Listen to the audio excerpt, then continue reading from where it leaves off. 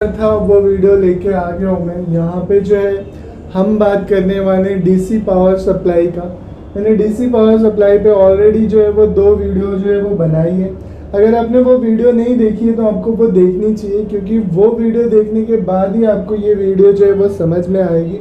तो यहाँ पे बेसिकली आई बटन पे आपको लिंक मिल जाएगा या डिस्क्रिप्शन में लिंक मिल जाएगा पार्ट 1 और पार्ट 2 वीडियो का, जिसमें हमने डीसी पावर सप्लाई के पूरे कॉन्सेप्ट को समझाने की कोशिश की थी। कि कॉन्सेप्ट बहुत बड़ा है, लेकिन किसी भी चीज़ को समझने के लिए एक बेस की ज़रूरत होती है, जो कि मैं अपने इस चैनल के थ्रू आपको प्रोवाइड कर रहा हूँ। अगर आपको जो है ये इन्फॉर्मेशन अच्छी लगती है, मेरी मेहनत अच्छी लगती है, तो आप मुझे जो है ना सब्सक्राइब कर सकते हो mobile repairing tips and tricks के लिए। कमेंट कर सकते हो कि आपको वीडियो कैसी लग रही है, ठीक है। ओवरऑल जो है ना उस 2 वीडियो में हमने जो है वो बेसिक समझा था। यहाँ पे देखो बहुत सारी वीडियो इंटरनेट पे है, ऐसा नहीं है कि मैं पहली बार बना रहा हूँ। लेकिन गाइस जो एनालिसिस है, मेरा लगभग 14-15 साल का एक्सपीरियंस है। मैंने कीपैड से, नोकिया के कीपैड से आज यहाँ तक हूँ, मैं इस फील्ड में बना हुआ। एक ऑब्जर्वेशन है, वो पूरा जो है ना आपको इस वीडियो में जो है वो बताने की कोशिश करूँगा। तो ये वीडियो जो है ना काफ़ी इम्पोर्टेंट होगा। अगर आप ये वीडियो समझते हो और अगर आपको लगता है कि हाँ आकाश भाई जो है वो हमारे लिए इतनी मेहनत कर रहे हैं और कुछ भी अमाउंट डोनेट करना चाहते हो, तो आप ये इस नंबर पे जो है ना वो मुझे डोनेट कर सकते हो। देखिए ये डोनेशन एक तरीके से जो है ना वो कह सकते हो कि आपको इनडायरेक्टली आप मेरी हेल्प करोगे मुझे और बेहतर बनाने में, क्योंकि मेरी ख्वाहिश है एक डिजिटल बोर्ड लेने की।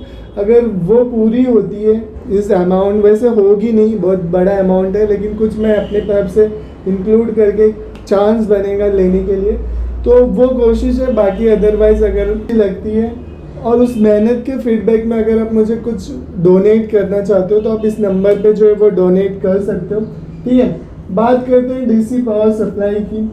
तो यहाँ पे देखो डीसी पावर सप्लाई में ना गाइस, अब हम जो है वो जो ये नीड अगर आप समझते हो तो आप इनडायरेक्टली डीसी पावर सप्लाई का यूज़ जो है वो समझ पाओगे मोबाइल रिपेयरिंग में। क्योंकि शुरुआत में हमारे पास 2 एम्पेयर था, आज की डेट में 5 एम्पेयर है, 20 एम्पेयर तक की जो है वो मशीन अवेलेबल है। उसके ऊपर भी आई होगी मार्केट में, वो मेरी ऑब्जर्वेशन नहीं है, लेकिन जितना हमें रिक्वायरमेंट है उस पर मेरी ऑब्जर्वेशन है।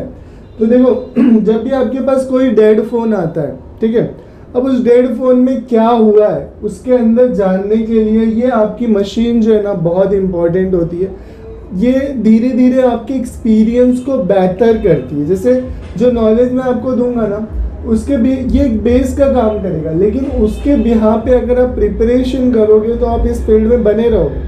और गाइज ये बात मान लो कि एक दिन मैं इस टॉपिक पे वीडियो बनाऊंगा, अगर आप इन कॉन्सेप्ट को स्किप करते हो, नहीं समझना चाहते, तो आप ज़्यादा दिन मोबाइल रिपेयरिंग में सर्वाइव नहीं कर पाओगे।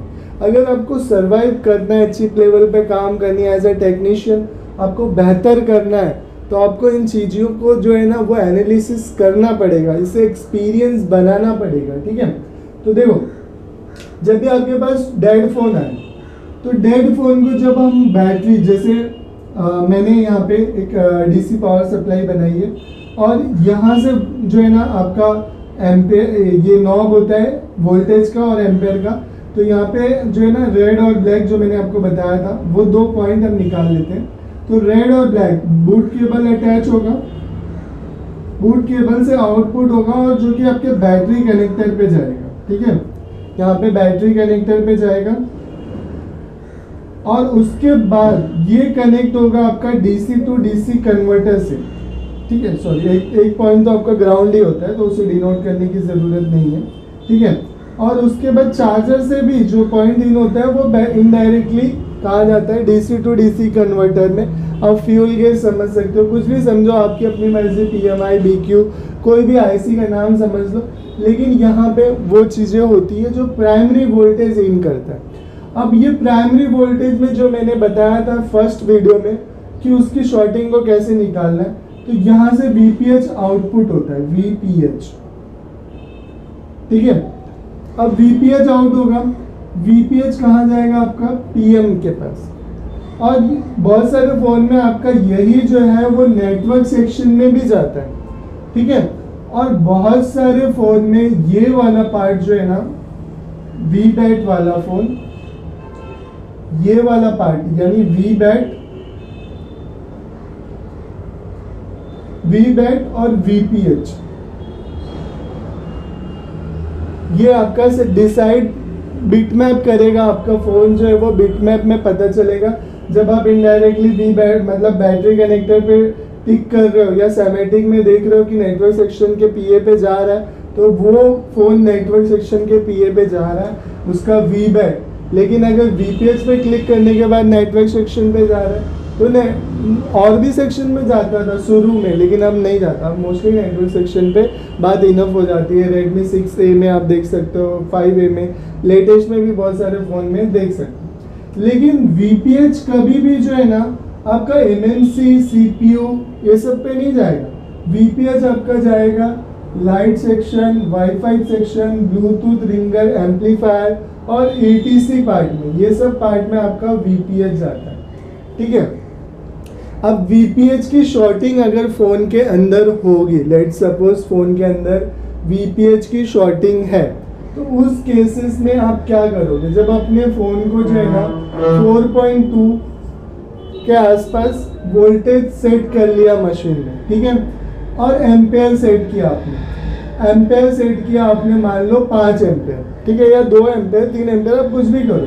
लेकिन अगर मान लो 5 एम्पेयर किया और उसके बाद उसमें जो रीडिंग आ रही है वो अगर लेट सपोज कि 0.5 से लेके, देखो ये रीडिंग जो मैं बता रहा हूँ ना गाइस, ये मेरा एक्सपीरियंस है। इसी की बेस पे अगर आप अपना एक्सपीरियंस भी बनाओगे तो आप आगे जा पाओगे। चीज़ों को एनालिसिस करना, उसको अपने दिमाग में याद रखना, ये नहीं कि फ़ोन आया, बनाया, बात ख़त्म, भूल गए ना। अगर आप भूल गए तो फिर बात ख़त्म हो जाती है। आपको याद रखना है, एक एनालिसिस बना के रखनी है। ये बहुत इंपॉर्टेंट टॉपिक है गाइस, ठीक है, इस पर पूरा फोकस बिठाओ आप लोग। अब यहाँ पे जो है ना, जो रीडिंग आएगी वो नॉर्मली क्या होती है, देखो जो रीडिंग आती है वो आपका जो है ना वो 0.250 मिली एम्पेयर से कंजप्शन होगा। 1100, 700, 600 मिली एम्पेयर कंजप्शन तक का, मतलब 0.700 तक जाएगा फ़ोन। एक 1 एम्पेयर तक भी जा सकता है, डिपेंड की फ़ोन की बनावट कैसी। सैमसंग के फ़ोन 1 एम्पेयर तक चले जाते हैं। 600, 500, 400, 300, 250 के ऊपर आने के बाद जो है ना, छोड़ने के बाद अगर 0 हो रहा है तो भी आपका VPH में शॉर्टिंग हो सकता है। अगर 250 के ऊपर 300, 350 पे रुक रहा है तो भी आपका VPH में शॉर्टिंग हो सकता है। 600, 700 पे आपका रुक रहा है तो भी आपका VPH में शॉर्टिंग हो सकता है। देखो ये जो रीडिंग मैं बार बार डिस्क्लेमर दे रहा हूँ गाइस कि ये रीडिंग मेरी ऑब्जर्वेशन है, ये परफेक्ट नहीं हो सकती, मैं ये नहीं बोलता, क्योंकि डिपेंड करता है मेरा वायर कितना बड़ा है मशीन का, मेरी मशीन कौन सी है, उसके ऊपर भी। तो आप इन रीडिंग को कभी भी एक्चुअली राइट मत समझो, लेकिन ये एक बेस बनेगा आपके नॉलेज को इम्प्रूव करने के लिए, ठीक है। 600, 500, 450, 700 पे आपका रुक रहा है तो उस कंडीशन में आपका VPH शॉर्ट हो सकता है। तो उस कंडीशन के बाद आपको सेकेंड कंडीशन क्या करनी है, आपको मशीन को 5.1 पे सेट करना है, ठीक है। 5.1 पे अगर आप सेट करते हो मशीन को और उस टाइम पे भी आपका 5 एम्पेयर या 2 एम्पेयर पे आपने सेट किया है, ठीक है, एम्पेयर पे, ये वाले पे वोल्टेज 5.1, ठीक है। और अब चार्जर, उसमें जो चार्जर लगाओगे कि USB काट के लगाओ या बहुत सारे मशीन में आपका जो है ना वो दिया होता है चार्जिंग का सॉकेट, तो आप वो चार्जर लगाओ। अगर आप चार्जर लगाओगे और उसके बाद आपका दिखा रहा है उसके अंदर कि जी 200 फिर या 400 कंजप्शन होके फिर 0 हो रहा है, फिर 200 400, फिर 0 हो रहा है, फिर चार्ज। या आपके पास 6 पोर्ट का सैमसंग का चार्जर है, वो 3 डिजिट होता है, 2 डिजिट होता है, उसमें अलग अलग है। तो अगर आपका 3 डिजिट है मान के चलो, तो उसमें 0.060 कंजप्शन हो रहा है, और उसके बाद फिर 0 हो रहा है, फिर हो रहा है, फिर 10 हो रहा है, फिर मतलब 60 की जगह पे 0.60 की जगह पे 0.10 हो रहा है, फिर 6 हो रहा है। तो ऐसे कंडीशन में आपका चांसेस कंफर्म होता है कि आपकी शॉर्टिंग जो है वो VPH की लाइन में है। उस टाइम पे VPH में DC टू DC कन्वर्टर के बाद एक कॉइल लगा होता है। ये आपको कॉइल, खैर हम शॉर्टिंग नहीं समझेंगे डिटेल्स में गाइस, क्योंकि शॉर्टिंग के लिए मैं दूसरी वीडियो बनाऊंगा अगर आप लोग कमेंट करोगे तो। लेकिन यहाँ पे इस कॉइल का जो सेक्शन होता है वो क्या होता है, VPH इनपुट करता है इस IC के अंदर भी। क्यों? क्योंकि DC टू DC कन्वर्टर एक अलग सेक्शन है, लेकिन इसी के साथ इसके अंदर चार्जिंग IC भी दी होती है और कुछ एक्स्ट्रा ऑर्डिनरी चीज़ें भी होती हैं, तो उसको वर्क करने के लिए भी VPH चाहिए होता है। तो ये VPH इन कर जाता है इसी के अंदर। दूसरा वाला पार्ट तो इसी के अंदर से निकलता है, आउटपुट होता है ना, और वो फिर ये VPH आपका फोन पे, यहाँ पे ये सारे सेक्शंस में जो है वो VPH जाता है। ठीक है, अब ये सारे सेक्शन में आपका VPH जो है वो जाता है। ठीक है, तो जब आप इस कॉइल को निकालोगे तो 2 पार्ट बचेगा, ये वाला और ये IC के साइड का और सेक्शन के साइड का, और ये वाला तो IC के साइड का ही है। बिट मैप में हम शॉर्टिंग में अगर आप लोग कमेंट करोगे तो मैं और डिटेल्स में बताऊँ। तो आप अगर यहाँ वाले पे चेक करोगे तो आपको पता चलेगा कि भाई सेक्शन में शॉर्टिंग है। अगर लेट सपोज यहाँ पे लगा हुआ कोई कैपेसिटर शॉर्ट है, यहाँ पे लगा हुआ कोई कैपेसिटर जो है वो शॉर्ट है, या कोई PM के पास बहुत सारे कैपेसिटर होते हैं, जितना बक कॉइल होती है उतना ही आपका जो है ना VPH में लगा हुआ कैप होता है। तो अगर उसमें कोई शॉर्टिंग है, या PM ही शॉर्ट है, या फिर आपका वाईफाई IC शॉर्ट है, सैमसंग के फ़ोन में बहुत होता था जब 7 to 5 मतलब 6 to 7 2 का जो टाइम था। ठीक है, वो जो वाइट वाला छोटा फ़ोन आता था 7562, तो उस टाइम पे वाईफाई शॉर्टिंग बहुत होती थी। तो ये जो है ना आपका यहाँ पे जो सेक्शन बनता है VPH का, ये जो सेक्शन होगा गाइस, ये सेक्शन के लिए जो है ना आपको पता चल जाएगा। अगर शॉर्टिंग इस साइड में है तब तो DC टू DC कन्वर्टर ही खराब है, VPH ही नहीं बनेगा। और अगर शॉर्टिंग इस साइड में है तो भी आपकी ये IC खराब हो सकती है, इस सेक्शन में लगा हुआ कोई कंपोनेंट खराब हो सकता है। तो उस टाइम पे आपको क्या करना है, उस टाइम पे आपका जो है बूट केबल नहीं काम करेगा, आपको बूट केबल निकालना है। 1 mm का वायर जो मैंने आपको बताया हार्डवेयर पे मिलता है, उस पर आपको चिमटी लगानी है। और लेट सपोज इस साइड में शॉर्टिंग है, तो इस साइड में जब आप एम्पेयर ज़्यादा दोगे, अब एम्पेयर कितना, मैक्सिमम 5 एम्पेयर ही दे सकते हैं हम, लेकिन यहाँ पे कभी कभी प्रॉब्लम होता है गाइस। अगर 5 एम्पेयर दिया आपने तो ठीक है, मतलब 10 एम्पेयर की मशीन होती तो और बेटर होता मेरे हिसाब से। तो लेकिन वहाँ उसका एक प्रॉब्लम भी है, मैं आपको बताता हूँ। अगर 5 एम्पेयर है आपने यहाँ पे दिया, लेट सपोज कोई कैपेसिटर शॉर्ट है, तो वो तो गल जाएगा। रोजिन लगाओगे आप उस एरिया पे, पूरा रोजिन लगाओगे, इस PM के एरिया पे रोजिन लगाओगे। मान लो PM के पास का कोई कैप जो है वो शॉर्ट है, तो अगर वो क्या होगा, गल जाएगा। जब वो गल जाएगा तो इनडायरेक्टली आपको पता चल गया कि भाई यहाँ पे शॉर्टिंग है। तो उस टाइम पे भी मशीन आपका इंपॉर्टेंट रोल प्ले कर रहा है। लेकिन अगर समझो ज़्यादा एम्पेयर आपने दिया और PM वाटर डैमेज फ़ोन है, नीचे BGA शॉर्ट्स है, ठीक है, अगर BGA शॉर्ट है और फिर आप 10 एम्पेयर दे रहे हो, तो वह स्पार्किंग करके ना ट्रैक को जला देते हैं। तो वो फ़ोन का ट्रैक आपको बनाना पड़ेगा। फिर हो सकता है उसका लेयर भी नीचे शॉर्ट हो जाए, क्योंकि IC के नीचे जो लेयर होती है ना, वो अपर लेयर के नीचे ही जस्ट 3-4 लेयर का फ़ोन होता है, 7 लेयर का, ठीक है, 6-7 लेयर का मैंने आपको बताया है। अगर आपको वीडियो चाहिए तो मैं एक्सप्लेन करूँगा किसी वीडियो में कि लेयर क्या होता है। और अभी तो हमारे पास सैमेटिक भी आ गई है उसकी, ठीक है। ये लेयर सैमेटिक अब भी आई है गाइस। लेयर की इंफॉर्मेशन जो लोग मुझे फॉलो करते हैं उनके लिए मैंने बहुत पहले से ही बताया है कि लेयर क्या होता है और कैसे काम करते हैं, ठीक है। तो यहाँ पे जो है ना आपका ये आपको समझ में आया। वीपीएच की शॉर्टिंग निकालने के लिए आप कितना वोल्टेज रखोगे, अब ये क्वेश्चन मार्क है कि भाई वीपीएच की शॉर्टिंग के लिए कितना वोल्टेज रखना है। तो वोल्टेज जो होता है गाइस आप 4.1 या 4 वोल्ट से कम रखो। नॉर्मली मैं 4 वोल्ट रखता हूँ, 4.1 भी रख सकते हो, और 5 एम्पेयर रखो, क्योंकि एम्पेयर बढ़ाने से कोई प्रॉब्लम नहीं है। एम्पेयर आप बिंदास बढ़ाओ, ये एम्पेयर वाला कॉलम जो है वो बिंदास बढ़ाओ। वोल्टेज वाला आपको उतना ही रखना है जितना रिक्वायरमेंट है वीपीएच का। तो इस तरीके से आप जो है ना वीपीएच की शॉर्टिंग निकाल सकते हो, ठीक है। अब ये तो हो गई वीपीएच की शॉर्टिंग की बात। अब यही सेम कंडीशन में क्या होगा,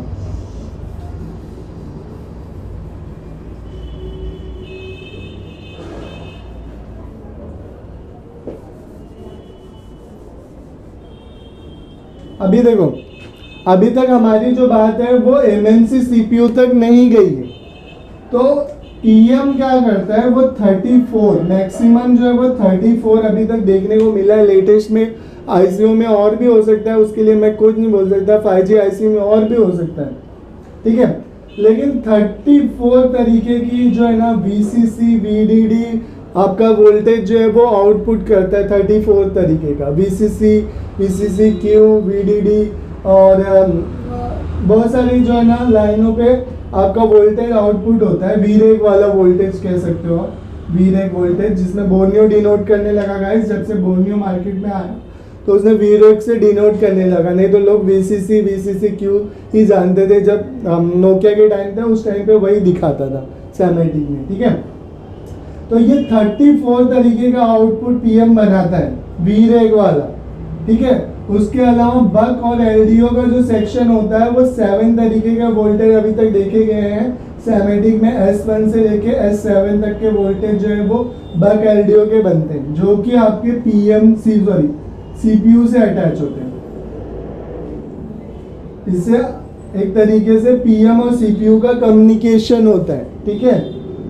पीएम और सीपीयू का कम्युनिकेशन होता है। और वीरेक वाली जो 34 वोल्टेज है, ये अगर आप शॉर्टिंग बोलोगे तो किसी दिन मैं एक्सप्लेन करने की कोशिश करूंगा। वैसे बहुत, क्योंकि देखो ये टॉपिक जो है वो बहुत बड़ा है, मतलब उसके लिए ना डिजिटल बोर्ड होता तो अच्छा होता और अच्छे से समझाता। लेकिन खैर मेरा उतना बजट नहीं है कि मैं डिजिटल बोर्ड ले सकूं। मेरे पास बहुत सारे लोड है, ईएमआई का लोड है, बहुत सारी चीज़ों का लोड है। तो अभी तो नहीं, लेकिन जब इन फ्यूचर लेंगे तो हम और अच्छे से कॉन्सेप्ट को समझ पाएंगे। अगर आप हेल्प करोगे, डोनेट करोगे, तो मेरा थोड़ा सा काम जो है वो इजी हो जाएगा समझाने के लिए, ठीक है। डिजिटल बोर्ड लेंगे तो अब जो है ना देखो, ये कॉन्सेप्ट हो गया आपका। अब इस तरीके से जो है ना सीपीयू का कम्युनिकेशन होता है। और वीरेक क्या करता है, हर एक सेक्शन, ईटीसी सेक्शन, ईटीसी का मतलब बहुत सारे जो सेक्शन होते हैं फोन में, उसके अलावा रिंगर के लिए अनेबल सिग्नल, डिस्प्ले लाइट के लिए, वाईफाई के लिए, ब्लूटूथ के लिए, ये अलग अलग ये सीपीयू एमएमसी के लिए भी वीरेक वोल्टेज जाता है, ठीक है। अब ये अलग अलग सेक्शन के लिए वीरेक वोल्टेज जो है वो जाता है, जो कि 34 तरीके का होता है।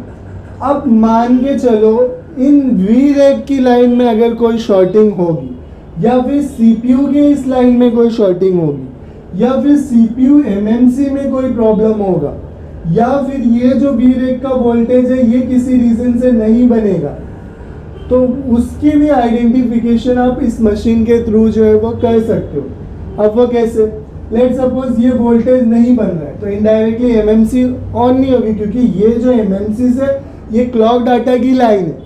खाली एमएमसी से डाटा सीपीयू क्लॉक का जो है कलेक्शन होता है। जैसे जो फोटो आप खींचते हो फोन में वो एमएमसी में स्टोर होता है, लेकिन जब सीपीयू कमांड देगा तभी एमएमसी जो है वो दिखाएगी स्क्रीन पे, ठीक है।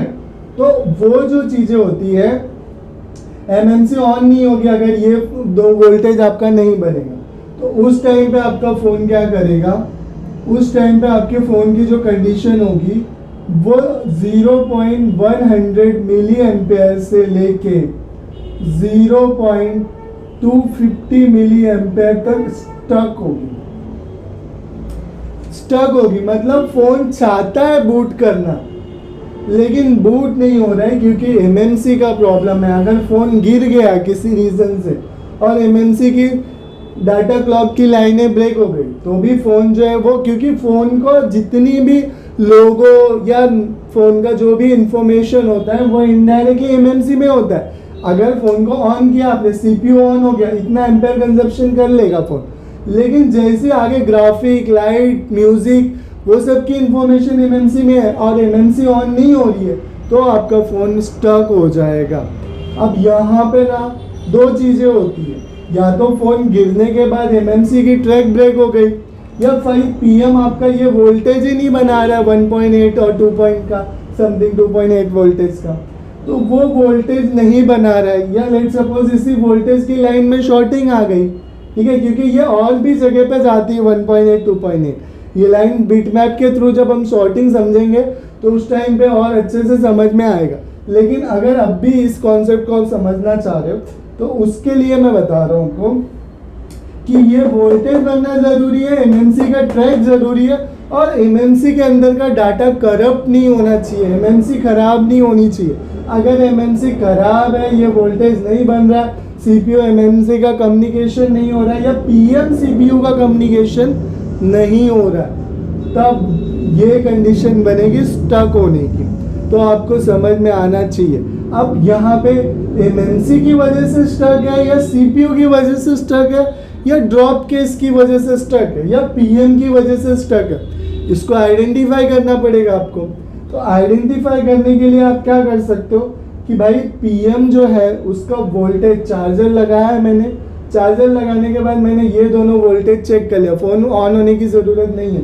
ये जब आप चेक कर लोगे तो आपको पता चल जाएगा कि हाँ वोल्टेज ठीक है, मतलब पीएम ठीक है, पीएम ठीक है, तो एमएमसी और सीपीयू का कम्युनिकेशन कस्टमर को पूछ सकते हो भाई फ़ोन गिरा था क्या। अगर गिरा था तो एमएमसी पे टारगेट करो ना। आप टारगेट करने के लिए आप क्या कर सकते हो, आप डिवाइस मैनेजर में जाके फ़ोन का पोर्ट चेक करोगे। जब अगर फ़ोन डायरेक्ट पोर्ट ले रहा है इट मीन कि आपका जो है एमएमसी का प्रॉब्लम है, सीपीयू आपका ठीक हो सकता है, उस केस में आपका फ़ोन डायरेक्ट पोर्ट लेगा। अगर ये वोल्टेज नहीं भी बनेगा ना गाइस तो भी आपका फ़ोन डायरेक्ट पोर्ट लेगा, तो वो कंडीशन भी आपको फाइंड आउट करनी पड़ेगी। तो इनडायरेक्टली एमएमसी का कम्युनिकेशन नहीं, अगर लेट सपोज ये लाइन ब्रेक है, सीपीयू एमएमसी के ट्रैक ब्रेक है, तो भी आपका फ़ोन जो है वो डायरेक्ट पोर्ट लेगा। कितना भी प्रोग्रामिंग कर लो, कुछ भी कर लो, एमएमसी जो है वो चालू फ़ोन नहीं होगा, ठीक है। तो इसीलिए एमएमसी की आइडेंटिफिकेशन आप चेक कर सकते हो, फिर एमएमसी की हेल्थ रिपोर्ट चेक करोगे।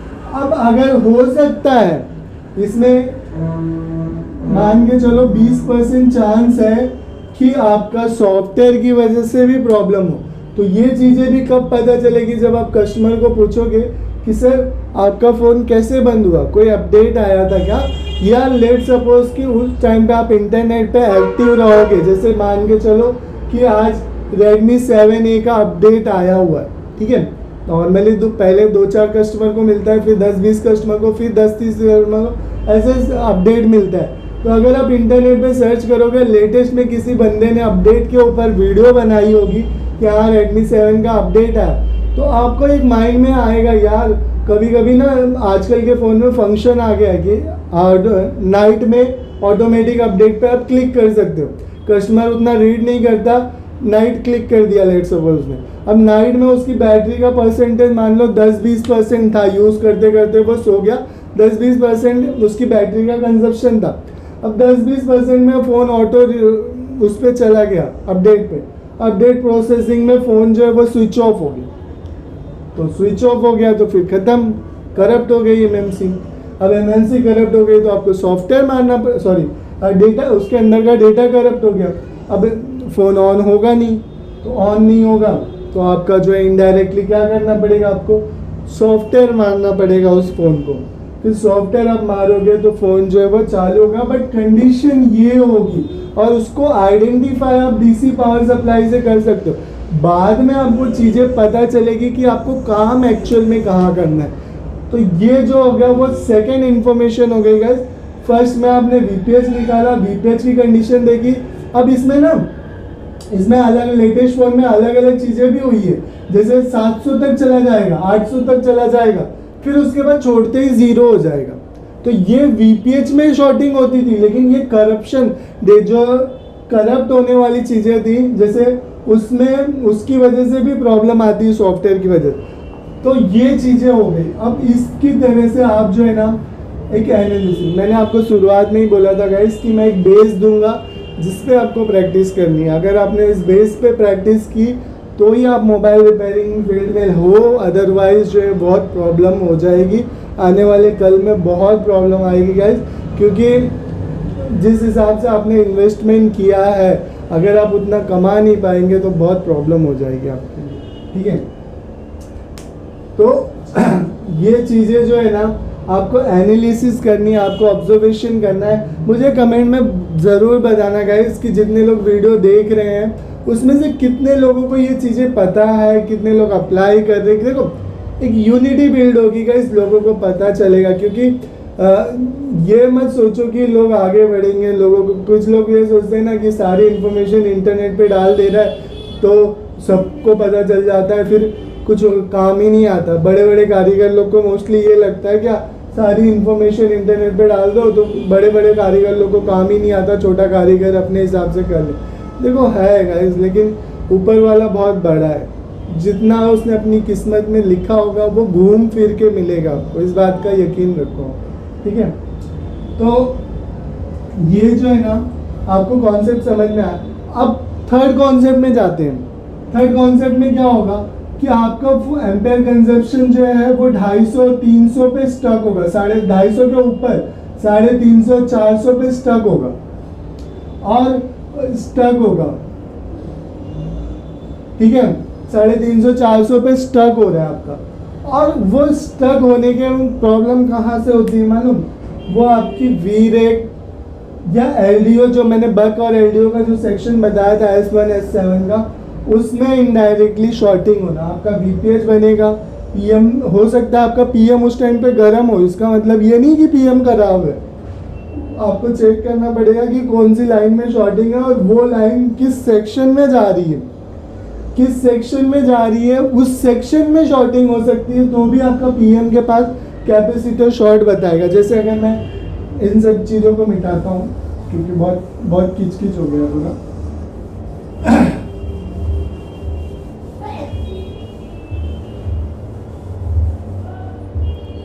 अब मान के चलो कि पीएम का एक आउटपुट है, ठीक है।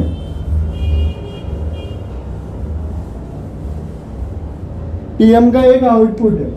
अब ये पीएम का आउटपुट है, इसमें एक कैपेसिटर हो गया, यहाँ पे आगे जाने के बाद एक रजिस्टर हो गया, फिर ये लाइन किसी सेक्शन में गई, यहाँ पे एक कैपेसिटर लगा होगा, फिर ये लाइन किसी और सेक्शन में गई, वहाँ पे एक कैपेसिटर लगा होगा, फिर ये लाइन में एक रजिस्टर लगा होगा, कोई और सेक्शन में गया, ठीक है। अब ये 3 सेक्शन में गया। पीएम का आउटपुट है वी वाला 1.8 वोल्टेज का, ठीक है। अब इसमें जो शॉर्टिंग होगी तो आपका एम्पेयर कंजप्शन 350 के ऊपर स्टक हो रहा है, छोड़ने के बाद 0 हो रहा होगा, 350 पे स्टक होगा, 600-700 तक जाएगा, फिर छोड़ने के बाद 0। जो सेकेंड कंडीशन जो मैंने आपको फर्स्ट बताया था वीपीएच वाली, उससे मिलती जुलती कंडीशन दिखाएगा डीसी पावर सप्लाई पे। तो आपको उस टाइम पे भी आपका जो अंदाजा, क्योंकि वीपीएच में होगा तो आपको कॉइल पे पता चल जाएगा, लेकिन यहाँ पे तो 34 तरीके का आउटपुट है और कौन से आउटपुट पे है वो पता करना ही सबसे इम्पोर्टेंट काम है। यही जो है अगर आप सीख जाते हो तो आप मोबाइल के कारीगर कहलाने लायक हो। अदरवाइज कॉम्बो चेंज करना, स्पीकर, माइक, रिंगर, डिस्प्ले, ये सब चेंज करना कोई कारीगरी नहीं है यार। बंदे यूं ही कर सकते हैं, उनको ट्रेनिंग में 50,000 फूकने की ज़रूरत नहीं है, ठीक है। तो ये चीज़ें आप मुझे बताना, जो लोग इंस्टीट्यूट में गए हैं उनको इस तरीके की ट्रेनिंग मिली है क्या, इस तरीके से कॉन्सेप्ट को समझाने की कोशिश की गई है क्या, बताना गाइस। जनरली अपनी आइडेंटिटी आपको लोगों को पता नहीं चलेगी, लेकिन लोगों को रियलिटी पता चलेगी कि यूट्यूबर कितनी मेहनत करता है नॉलेज को अपडेट, यूट्यूबर कितना चाहता है कि वो आगे बढ़े। यार हम ना पैसे के भूखे नहीं होते, जितने भी यूट्यूबर को मैं जानता हूँ वो पैसे के भूखे नहीं है, वो नाम और फेम के भूखे हैं। ऊपर वाले ने जितना दिया उसमें वो खुश है, लेकिन वो इतनी मेहनत करते हैं, अलग अलग चीज़ें वो सोचते हैं कि कौन सी वीडियो बनाऊं कि लोगों को इतना अच्छा लगे कि बहुत सारा लाइक आ जाए। ठीक है, इतना खाली एक सोच होती है। तो प्लीज़ सपोर्ट करो गाइस, काफ़ी एनर्जी लगती है। मैं पिछले 2 घंटे से ये वीडियो शूट कर रहा हूँ, 1.5-2 घंटे से, बीच बीच में रुक रुक के। ठीक है, तो ये जो हो गया आपका 1.8 वोल्टेज हो गया। अब मान के चलो इसमें ये कैपेसिटर शॉर्ट है। अब ये यहाँ पे मैं बना रहा हूँ एक छोटा सा सेक्शन, फ़ोन की सिनेमैटिक उठा के देखो कितना बड़ा होता है, उसमें से ढूंढना निकालना यही बहुत बड़ा इंपॉर्टेंट काम है। तो अब यहाँ पे आपको क्या करना पड़ेगा, ये होती है सेकेंडरी लाइन शॉर्टिंग। ठीक है, सेकेंडरी लाइन जो है वीपीएस सेकेंडरी लाइन नहीं है गाइस, याद रखना। ठीक है, वीपीएस को आप वीपीएस लाइन ही कह सकते हो। ठीक है, तो ये जो पीएम का आउटपुट होता है और ये सेकेंडरी लाइन होती है फ़ोन के अंदर, और ये लाइन जो है इसकी शॉर्टिंग निकालना ही सबसे इम्पोर्टेंट काम होता है। अब इसमें क्या होता है कि अगर मान के चलो कि ये कैपेसिटर शॉर्ट है, तो पहले तो पीएम के पास में जो अब यहाँ पे मैंने एक ही बनाया है, लेकिन बहुत सारे कैपेसिटर छोटे छोटे ऐसे लगे होंगे पीएम के पास में। अगर मान के चलो कुछ फोन में क्या होगा ना, कैपेसिटर शॉर्ट होता है तो लीकेज होता है। अब लीकेज होगा तो जब आप वोल्टेज इन करोगे तो वो शॉर्ट बताएगा हॉट टेस्टिंग में, और कूल टेस्टिंग में वो शॉर्ट नहीं बताएगा। और दूसरी प्रॉब्लम ये होती है ना कि हॉट टेस्टिंग में वो शॉर्ट बता रहा है, कूल टेस्टिंग में शॉर्ट नहीं बताएगा। तो दोनों भी चीज़ें करनी है। उतना शॉर्टिंग पे जाएंगे नहीं गाइस, डीसी पावर सप्लाई का यूज़ बता रहा हूँ मैं। यहाँ पे ना अभी आप समझो 1.8 आपने डाला, इस लाइन में आप शॉर्टिंग है, तो इसकी शॉर्टिंग निकालने के लिए आप डीसी पावर सप्लाई को जो है ना, यहाँ पे जब आप लेट सपोज यहाँ पे आपने चेक किया और शॉर्टिंग बता रही है यहाँ, अब इसमें से कौन सा, ये आईसी शॉर्ट है, ये कोई कंपोनेंट है, ये कोई कंपोनेंट है, या फिर ये क्या शॉर्ट है। तो अब यहाँ पे रोजिन लगा है, फिर बैक साइड में रोजिन लगाओगे, फिर बैक साइड में रोजिन लगाओगे, और शॉर्टिंग आपको ये कैपेसिटर पीएम के पास में है तो इस पे बता रहा है। अब ये कितने वोल्ट की लाइन है, 0.9 वोल्ट हो जाता है फ़ोन के अंदर, 0.9 वोल्टेज की लाइन, 1.2 1 वोल्ट, 3.3 2.8 2.7 2.5 1.7, बहुत सारे वोल्टेज की लाइन है। अब ये कितने वोल्ट की लाइन है वो कैसे पता चलेगा, तो वो पता चलता है आपका सेमेटिक के थ्रू। जब आप सेमेटिक देखोगे तो उसमें ये वोल्ट कितने वोल्ट की लाइन है तभी पता चले। अगर नहीं पता चल रहा है ना गाइस, तो हम तुक्का मारते हैं 1 वोल्ट डाल के, क्योंकि मैक्सिमम पॉसिबिलिटी है कि वैसा होता है। लेकिन आज की डेट में इतने सारे सेमेटिक ऑप्शंस आ चुके हैं कि अब आपको पता ही चलेगा। अगर मान लो सेमेटिक है भी नहीं तो भी पीएम के कौन से बीजीएस है वो आ रहा है, और फिर उस हिसाब से जो है ना पीएम के नंबर से आप किसी दूसरे फ़ोन की सेमेटिक ओपन करके भी पता कर सकते हो। तो मान के चलो मुझे पता चल गया 1.8 वोल्ट की लाइन, तो मैं मशीन में क्या करूँगा, 1.8 वोल्ट और 5 एम्पेयर सेट करूँगा, और यहाँ पे जब टच करूँगा तो अगर कैपेसिटर शॉर्ट है तो आपका निकल जाएगा, लेकिन डायोड शॉर्ट है तो भी आपका मिल जाएगा, डायोड शॉर्ट है तो भी आपका मिल जाएगा। लेकिन अगर आईसी शॉर्ट है तो नहीं मिलेगा। सम केसेस में आपका पीएम ही गर्म होने लगता है। तो वो सब जब आप एक्सपीरियंस करोगे, वर्क करोगे, एनालिसिस करोगे तो आपको पता चलेगा। तो होप शो गाइस कि डीसी पावर सप्लाई के ऊपर मेरी ये जो तीनों वीडियो अगर आपको समझ में आती है तो आप मोबाइल रिपेयरिंग के लिए बहुत कैपेबल हो। आपको बहुत इन्फॉर्मेशन मिली होगी इस वीडियो से। ऐसी वीडियो इंटरनेट पे है नहीं, लोग रीडिंग का ज्ञान डाल देते हैं बस, लेकिन जो जनरली तरीका है, जो जेन्युइन है, वो मैंने बताया।